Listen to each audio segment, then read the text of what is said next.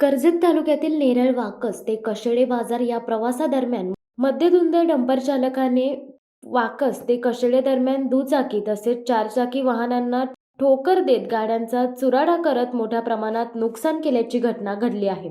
या घटनेमध्ये मध्यधुंद चालकांनी मोठ्या प्रमाणात दुचाकी व चारचाकी गाड्यांचे नुकसान केले।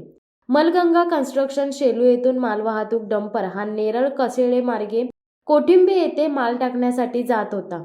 डंपर क्रमांक MH16AE 5779 चा चालक राम वर्मा सायंकाळी 7 ते 7:15च्या सुमारास डंपर घेऊन जात असताना प्रथम त्याने नेरळ सुप्रिया हॉटेल येथे एका वाहनाला धडक देत पुढे वाकस येथे वाहनाला धडक देऊन कशेळे बाजारपेठेतील उभी असलेल्या दुचाकी व चारचाकी वाहनांना व एका महिलेला धडक दिली।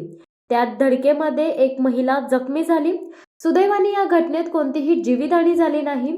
या घटनेमध्ये होंडा सफाहान क्रमांक MH061025, स्प्लेंडर क्रमांक MH46AY 2931, ॲक्टिवा 64 क्रमांक MH05F4018, स्क्रूप क्रमांक MH06648720, शाईन क्रमांक MH46B8643, डिस्कवर क्रमांक MH46AM0561, ॲक्टिवा क्रमांक MH46BR0534, ॲक्टिवा क्रमांक MH06BX5709 अशा एकूण 9 दुचाकी व वॅगनर क्रमांक MH01CF3326, स्कॉर्पिओ क्रमांक MH05FG4400 अशा 2 चारचाकी वाहनांचे मोठ्या प्रमाणात नुकसान केले आहे।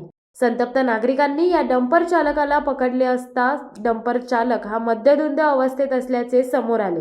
यावेळी येथील नागरिकांनी डंपर चालकाला चांगला चोप देत कशेळे पोलिसांच्या ताब्यात दिले। कशेळे पोलीस ठाण्यात या डंपर चालकाविरोधात गुन्हा नोंद करण्यात आला आहे। तर डंपरच्या मालकाचे नाव सागर रसाळ असल्याचे देखील समोर आले आहे।